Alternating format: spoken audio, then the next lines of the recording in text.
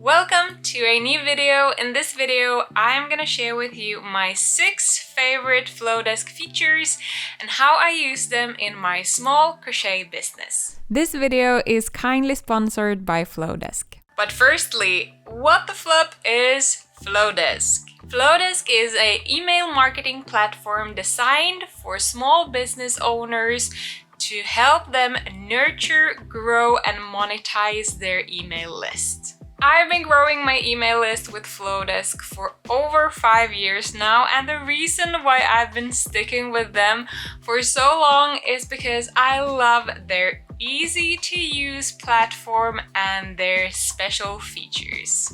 Here are my top 6 favorite Flodesk features, starting with number 1. Great UI.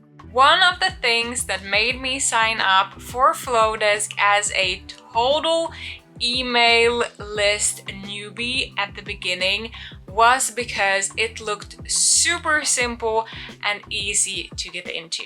The user interface is very simple and clean, and all the features are very easy to find, which is very important for me because I don't have time to search around on a website for the things that I need. Let me give you a quick tour inside of Flodesk. Welcome to Flodesk. This is how it looks. Very clean, very easy to work with. In the top, you will find a menu where you will find all the email list features, emails, forms, workflows, checkouts, audience, and analytics. That is the 6 main thing that you will probably be using when you're using Flodesk. In the top right corner, you will find all this back-end setup stuff. The thing I usually tend to be searching for is where to find the billing statements for my bookkeeping, and you will find it on Plan and Billing. But otherwise, this is a good to look through when you set up your Flodesk account. Let me give you a quick tour of some features that I really like. So here are my previously sent emails. Here you can organize your emails into different folders. I should do this and use this feature way more than I have been doing because I have so many emails that I send out regularly, and it would be very nice to, for example, have all the monthly letters in one folder and I have my welcome sequence, for example, in one folder, but also maybe when I have a pattern launch to have a folder with all the pattern launch related emails in the same folder, so that if I want to go back and reuse a template, I can do so. Let's go back to my emails. Here you can see just quickly when it's sent and how many people I've sent it to. Here in the bottom right corner, you will get some quick statistics on your open rate and click-through rate, which means how many people have clicked on a link inside of your email. This will vary depending on your email topics a lot. That's just how it is. As you can see here, I have one email which I sent out today though, so it haven't probably been seen by everybody yet, but it has only 12% or 13% open rate, and the other one has 34%. And click-through rate is also a very big jump from 0.1% to 2.3%. But we are going to talk more about analytics in a while. Let's quickly go through all of these tabs. We have forms. You need to have a form to get signups to your email list. And here is all the forms that I have made. I have some duplicates, I have some that are pop-ups, some that are just a page. They are very easy to make, and when a person signs up through a form, they land on a workflow, which is the second tab. Here you can also get statistics on your workflows to see how many people are inside of that workflow currently. And you can also check that it is published and that it's not in working mode, etc. You can also nowadays sort your workflows into folders. I haven't done this. Need to get to do that because I have a ridiculous amount of workflows also. Then we have checkouts. I haven't used checkouts, so I will not go any deeper into that. Then we have audience. Here you will find all your email subscribers. Customers, there you will find all the customers who have checked out through your checkouts. And then we have a segment where you can divide your email list into smaller chunks. And I also have a ridiculous amount of segments because I think it's very interesting to see what people have been clicking on, which forms they have been coming through and stuff like that. So that is where I have a crazy amount of segments. I should probably fuse these together at some point. I have been doing that I think a year ago, and I probably should do that now as well because I have segments that I don't need anymore. And then we have analytics. And that is the main basic features that you will be using if you use Flodesk. Favorite feature number 2, automatic workflows. It is so easy to make automatic workflows with Flodesk, and I use this feature daily. For example, I use the automatic workflows to deliver freebies, such as a free pattern when someone have signed up through a form of some sort. This means that I don't have to send out these free patterns manually. They all go through this automatic workflows, and after they have completed that, it automatically throws that person into a welcome sequence, which has, I think, 5 different emails to welcome this person into my email list, give them some tips and tricks, let them know who I am, and of course introduce them to more of my patterns. I also use this feature when I host crochet alongs, which often includes sending a bunch of emails over a certain period of time. With the workflows, I can just make all the emails and put them in the workflows and automatically schedule all of these emails so that the participants of the crochet alongs get them in the right order, and I can just sit back and relax during the crochet alongs. This is how a basic workflow looks like. A subscriber is added to one of these segments after filling out a sign-up form. Then they automatically get an email which includes the free pattern for Bob the Owl. Then I've added a time delay on 30 minutes, and the subscribers are added to the welcome segment, which will add them to my welcome sequence, which looks like this. And this is a little bit longer. I have started off with a welcome email, then I have 2 days delay with a break of any emails. Then I have a introduction email about who I am and what I do, a break again. Then I talk a little bit about my business and my company and how it was founded and the idea behind it. Then I have a break again. Then I have an email with my favorite amigurumi patterns and my best-selling patterns too.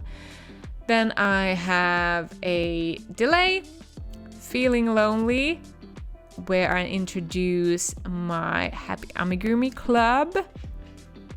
Then I have 1 day break again, and then I talk more in depth about Happy Amigurumi Club and also include a invitation to join the club.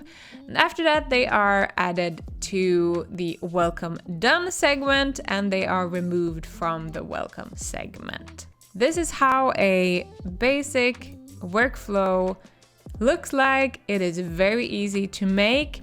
I would recommend you to write the emails in your emails tab before, and then you can just copy and paste them inside your workflow. Feature number 3. A flat monthly rate. This means that the monthly price will stay the same even though your email list keeps on growing. Some other email providers punishes you for a healthy growing email list, but not Flodesk. Their prices will always be the same whether you have 500 or 5,000 or 50,000 email subscribers. Down in the description, you will find a link that will give you 50% off your entire first year of Flodesk. This is an affiliate link, which means I get a small commission if you sign up through that link. Thank you so much for supporting my small business. Let's jump to feature number 4, the analytics tool. If you have been following me for a while, you know that I love numbers and a really good pie chart. Recently, Flodesk added a really advanced analytics tool to their toolbox, and I am very excited because I am gonna give you a behind-the-scenes tour of this feature. This analytics tool will help you figure out what is working and what is not inside of your email list, whether it is a certain subject on an email or how well a certain form is performing. Let's talk numbers and dive into behind the scenes of my email list. So this is the Flodesk Analytics tool. You will find 5 different tabs: subscribers, emails, forms, workflows, checkouts. This is the first page, which covers analytics connected to your subscribers. So here you can see how big my email list, how many new subscribers I got during the past 7 days, and how many new subscribers I've gotten since the last 30 days. Here is the subscriber months. You can also check for unsubscribers and total active subscribers, which means people who have actually opened your emails. You can also, this is 24 weeks. You can also do it like this if you want to check how many during each year. As you can see, I had my best year during 2020 and got most subscribers from them, but they have also stuck with me for a very, very long time. This is also because I had a crazy campaign during the first year and worked a lot with growing my email list and made a lot of freebies and promoted those freebies like crazy. During the past 2 years, I haven't promoted those freebies probably as much as I should be doing. But still, you get some statistics. Here you also get new subscribers versus unsubscribers. To check that, I am on red. I should definitely work on growing my email list a little bit right now, but it is not currently on my priority list. Then you can check where your subscribers have come to your email list from, and which and also check your segments and the performance through segments. This is very interesting because here I can, for example, see that most of my subscribers come from my strawberry freebie pattern and my owl freebie pattern, as well as my crochet alongs. That is the 3 top subscribers. And you can also sort by click-through rate, I think. So you can also check by segments which have biggest click-through rate, and it is my amazing Happy Amigurumi Club members who seems to be opening and clicking on my links the most, which, to be honestly, isn't crazy because it's a warm audience and they have been following me for a while. That is some fun statistics. Then you can also see performance by each subscriber. So you can find out which persons are opening most of your emails and which ones are your biggest fans when it comes to your emails. Then we have emails. Here you can see how many emails you have been sending, total email volume, which is ridiculous. But as you see, I have quite a substantial list in my opinion. And each time I send an email, I'm mostly sending to a big chunk of my list, which means that I accumulate a lot of emails.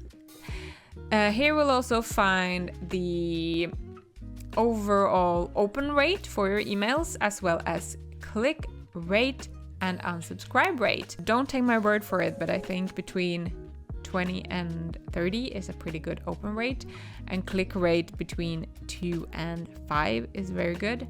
So my click-through rate could be higher, but my open rate is pretty good. But here you will also find information about all of those things. Then we have your own activity, how much emails you have been sending. There is a lot of different schools on this, on how much you should be sending. I recommend to send at least one per week. And if you can't do that, try twice a month. If that is too much, try once a month, but at least once a month.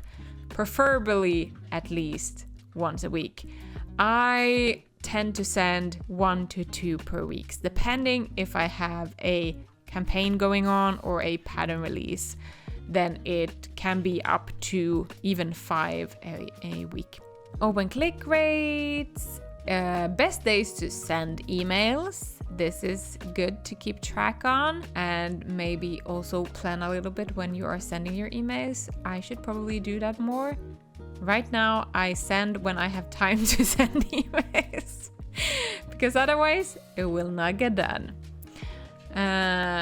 When subscribers open your emails, how they are viewing your emails, and then you can see performance by emails. This is also a very interesting one.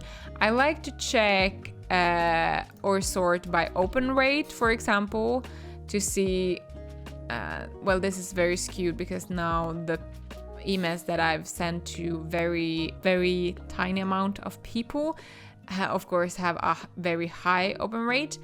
But if you scroll through the pages, you can find emails that have a good open rate and analyze why that specific email performed so well. You can also check click-through rate and see which emails have good click-through rates, because that is a very important factor, because you want people to go to your product page or your blog post or wherever you're trying to drive your email list readers to. You want them to be clicking on your links.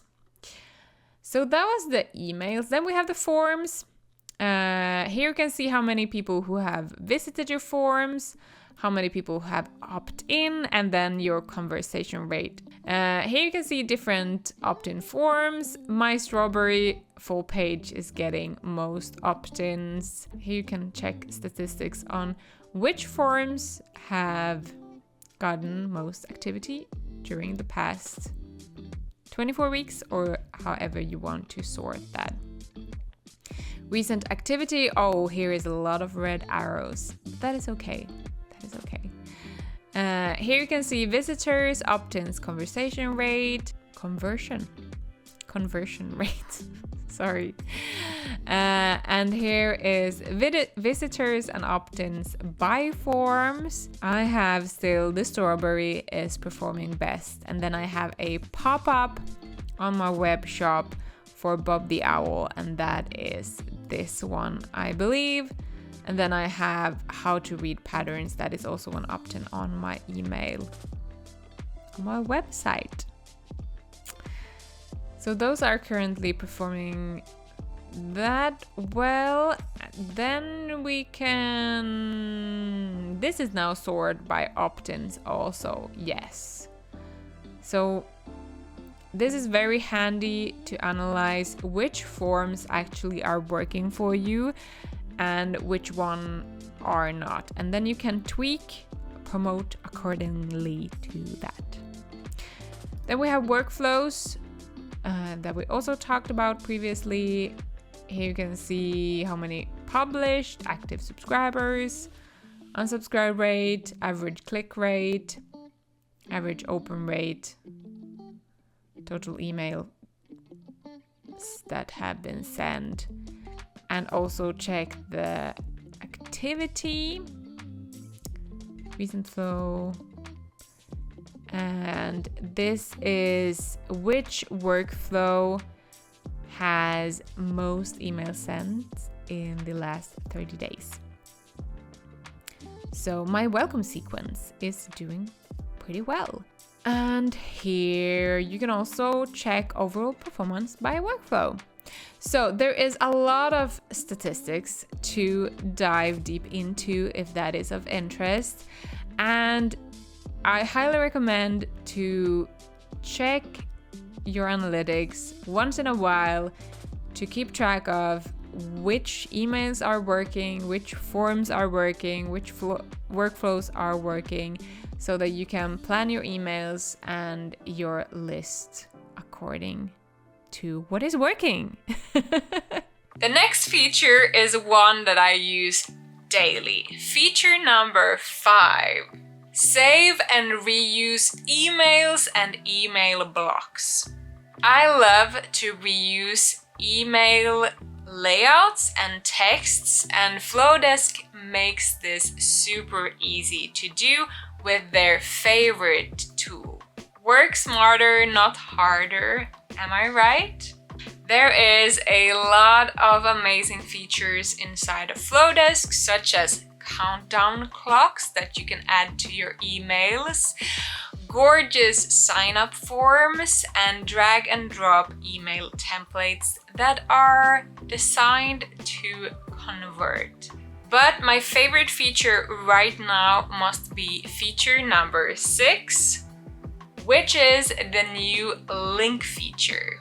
When adding a link to an email, you can set an action that goes into motion when a person clicks on that specific link. I am using this feature, for example, if I have linked a product inside of one of my emails and a person goes and clicks that link, I'm adding automatically that person into a specific segment that says that they are interested in this product. If they haven't purchased that product, I will send them a discount code within a couple of days to see if that would encourage them to buy that specific pattern. You can also easily segment your list with this feature by adding buttons to your emails that then segments your email subscribers into different segments of your list. For example, if you have a bilingual list, you can check if your subscribers want your emails in a specific language, or you can figure out what specific topics your email subscribers are specifically interested in. Do you have an email list? If you don't, this is your sign to start one right now. My email list is the easiest and quickest way to reach the biggest portion of my customers and audience. It is also the only contact list that I personally own, which means if someone hacks my Instagram account, it will still suck, but I don't lose all my followers and there is still a way that I can contact them because of my email list, or at least most of them. This actually happened to a fellow small business owner very recently. She had built her entire business around Instagram and handled all her orders through her Instagram DMs. One day she didn't manage to log into her Instagram account and found out that her entire account had been suspended. She didn't have any way to contact her customers or check in with orders, and at the end she had to restart her business from zero. This could be partially avoided if she had had an email list. And if you're ready to set up your email list, I have made a step-by-step tutorial on how to do that with Flodesk. I will add the video here somewhere in the corner so that you can go and check that out after this video. Thank you so much for watching. I hope you found this video helpful, and I will see you in the next video. Bye!